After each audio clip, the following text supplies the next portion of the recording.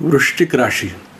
नमस्कार मंडळी, मी ज्योतिष महागुरु डॉक्टर पंकज शास्त्री घेवारे गुरुजी आपल्या सर्वांचं त्र्यंबक राज ज्योतिष या यूट्यूब चॅनलमध्ये मनापासून स्वागत करतो. मित्रांनो, आज आपण 2024 या वर्षातील डिसेंबर महिन्यात होणारं ग्रहांचं राशी परिवर्तन आणि या राशी परिवर्तनाचा वृश्चिक राशीच्या जातकांवरती होणारा परिणाम या विषयाची माहिती पाहणार आहोत.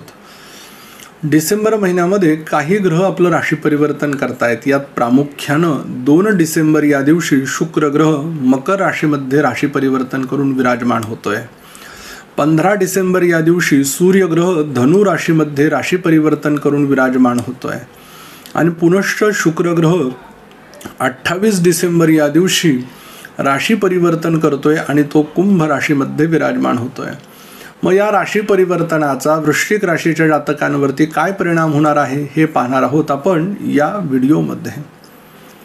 तत्पूर्वी एक महत्त्वाची सूचना, आपण जर आमच्या चॅनलला सबस्क्राईब केलं नसेल तर सबस्क्राईब करा, बेल आयकॉनचं बटन दाबा, व्हिडिओला लाईक करा, शेअर करा आणि कमेंट्स करायला विसरू नका. आमचा कार्यक्रम आपल्याला किती आवडतो आणि कशा प्रकारे मार्गदर्शक ठरतो.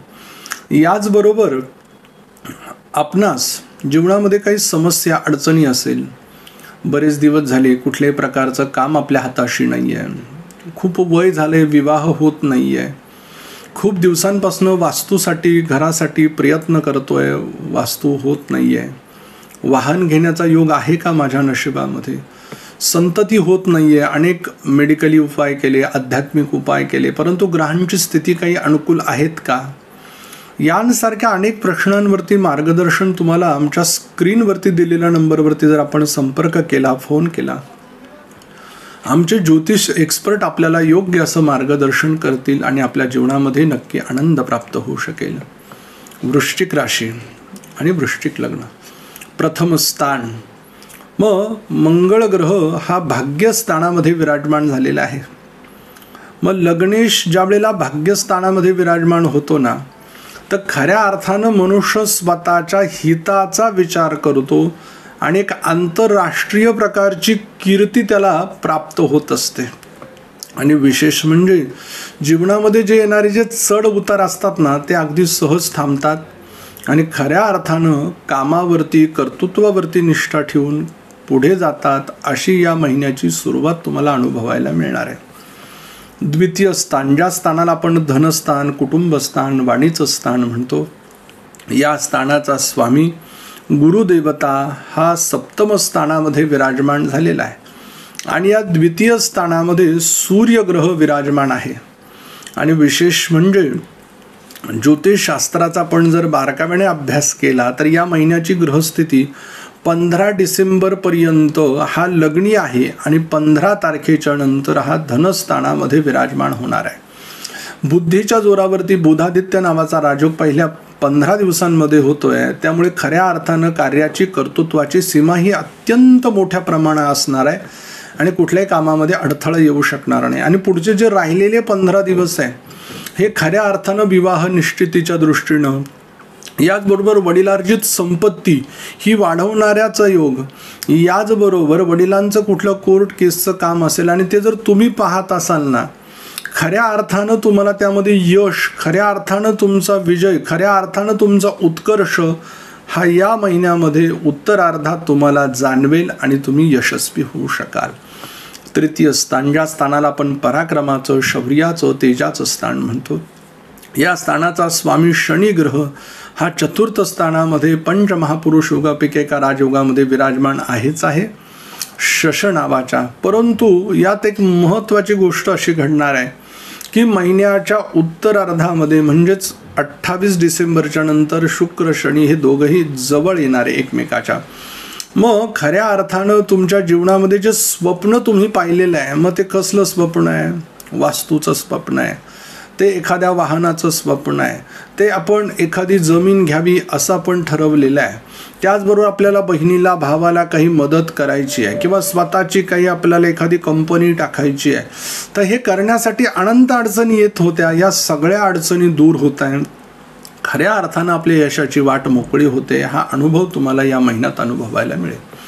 चतुर्थेश चतुर्थात असल्यामुळे अगदी आपल्या जन्मगावी भेट देणं, आपली शेती असेल तर तिला डेव्हलप करणं, एखादं अंतर्गत पीक घेणं किंवा पशुपालन किंवा एखादी गोष्टीत आपण खूप मनातनं विचारात धीन ठेवलेली होती, ती इच्छा आपली पूर्ण होण्याच्या दृष्टीनं आलेला हा कालखंड अत्यंत लाभ घेऊन आलेला असं म्हणायला हरकत नाही आहे.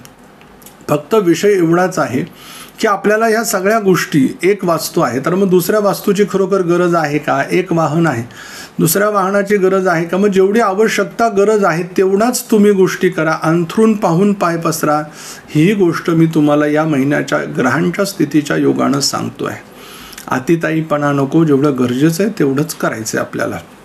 पंचमस्थान, या पंचमस्थानामध्ये राहू ग्रह विराजमान झालेला आहे आणि पंचमेश गुरु हा सप्तम स्थानामध्ये विराजमान आहे. हा अत्यंत दूर गेलेल्या लोकांना जवळ आणणारा योग आहे. याचबरोबर कंपनीमध्ये, धंद्यामध्ये, नोकरीमध्ये एक प्रकारे आपल्या जीवनामध्ये मोठी उत्कर्षाची संधी तो निर्माण घेऊन करून आलेला आहे. मग ही संधी जर आपल्याला आलेली आहे तर मग यावेळेला जॉब बदलायला हरकत नाही, यावेळेला व्यवसाय धंदा वाढवायला हरकत नाही आहे. भागीदारीमध्ये काही कोणाला शब्द दिलेला आहे ते करण्याच्या दृष्टीने जर आपण काही करण्याचा विचार करतोय, नक्की करा. सुंदर अशी ग्रहस्थिती जी आपल्याला पुढे घेऊन जाईल.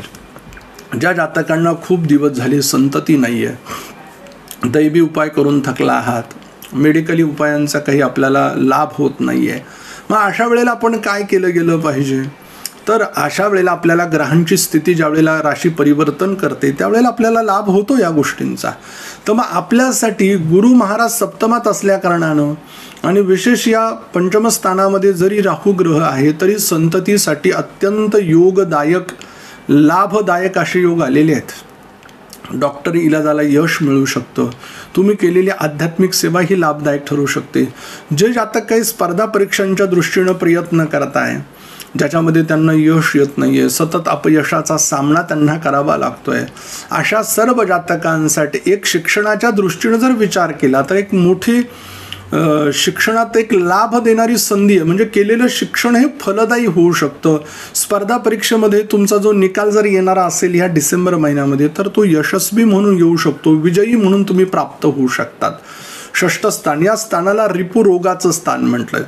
मग हा षष्ठेश भाग्यात विराजमान आहे. मग षष्ठ स्थानाचा ग्रह ज्यावेळेला भाग्यात विराजमान आहे ना, तर आपण जर नोकरी केली ना तर ती लाभदायक ठरते. विशेष करून या महिन्यामध्ये जर आपण नोकरीचा बदल स्वीकारला किंवा नोकरीच करायचं ठरवलं किंवा थोडक्यात आपण व्यवसाय न करूया तर अशा ग्रहस्थितीमध्ये तीही गोष्ट तुम्हाला लाभदायक ठरते. मातुल घराण्याचा एक सपोर्ट, त्याचबरोबर आपले मित्र आपल्याला काही खरेदीच्या दृष्टीनं किंवा तो कुठल्या कंपनीत काम करत असेल तर आपल्याला मदतीच्या दृष्टीनं ज्यानं जर त्याने हात पुढे केलेला आहे ना ते तुम्ही स्वीकारू शकतात, पुढे जाऊ शकतात, याच्यामध्ये तिळमात्रही संशय नाही आहे. याचबरोबर देशांतर्गत काही प्रवास होतील ते तुमच्यासाठी अत्यंत लाभदायक असणार आहे.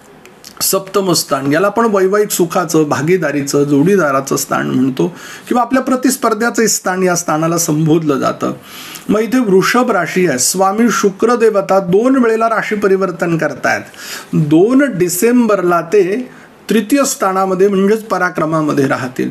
मग सप्तमेश पराक्रमामध्ये मग विवाह निश्चिती कोणाकडनं? बहिणीकडनं, भावाकडनं. त्याचबरोबर आपला जो जीवनसाथी आहे ना तो अगदी कणखर बाण्याचा आहे.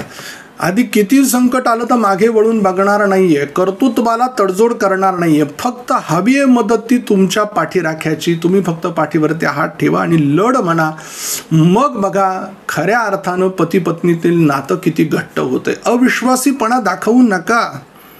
ही गोष्ट तुम्हाला महत्त्वाची विचारात घ्यावी लागेल. संपूर्ण महिनाभर ती स्थिती पराक्रमात जास्त कालखंड असल्या कारणानं अशी अनुभवायला मिळणार आहे. भागीदारीत केलेला व्यवसाय हा यश देणारा आहे, पुढे नेणारा आहे तुमच्यासाठी. अष्टम स्थान, या अष्टम स्थानामध्ये मिथुन राशी आहे. स्वामी बुध देवता हा लग्न स्थानामध्ये स्थित झालाय. अचानक म्हणून असा विचार मनामध्ये येतो की आपण काहीतरी करावं ना, अचानक असं होतं की काही करूशीच वाटत नाही, उदास वातावरण तयार होतं. कधी कधी येईल ना असं अनुभवायला. परंतु मी सांगेल जर एकदा पाय पुढे टाकलाय ना मागे वळून बघायचं काही गरज नाही. लोक सल्ला देणारे, सांगणारे अनेक लोक आहेत आपल्याला, परंतु ऐकावे जनाचे, करावे मनाचे हे जर लक्षात आलं तर तुम्ही पुढे भविष्याकडे वाटचाल करणार आहात. भाग्यस्थान, या भाग्यामध्ये मंगळ ग्रह विराजमान आहे. पराक्रम, बौद्धिक जी तुमची शक्ती आहे, याचबरोबर ऐश्वर्य आहे, या सगळ्या दृष्टीने जर विचार केला ना तर भावासमोर किंवा भावाशी वाद जरी झाला ना, थोडंसं मिळतं जुळतं घ्या ना, तुमचाच आहे. हाताला जखम झाली म्हणजे आपण हात काढत नाही, त्याच्यावरती उपाय करतो.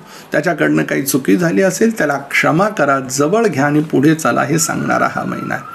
दशमस्थानामध्ये सिंह रास आहे. स्वामी सूर्य देवता आहे लग्न स्थानामध्ये विराजमान असणारे 15 डिसेंबर पर्यंत, आणि त्यानंतर ते जाणारे द्वितीय स्थानामध्ये म्हणजेच धनस्थानामध्ये. म्हणजेच काय की ते इवलेचं रोप लाविले द्वारी त्याचा वेलो गेला गगनावरी. तुम्ही रोप लावलंय, पहिले 15 दिवस थोडंसं अस्थिर जाणवेल, दोलायमान स्थिती होईल, परंतु तुम्ही ज्या ठिकाणी काम केलं, ज्या वेळेला सूर्य देवता 15 डिसेंबरला राशी परिवर्तन करतील, तेव्हा खऱ्या अर्थानं तुम्ही केलेल्या कामाची वरिष्ठ ज्या वेळेला दखल घेतील, वाहवा करतील ना, मग बाबतीत तुम्ही एकदम आनंदी होऊन जाणार आहात, प्रसन्न होणार आहात. आपल्या जीवनामध्ये अतिशय मोठं पद मिळण्याचा योग, मोठी प्रगती होण्याचा योग सुद्धा वृश्चिक राशीच्या लोकांचा याच महिन्यानं आणलेला आहे.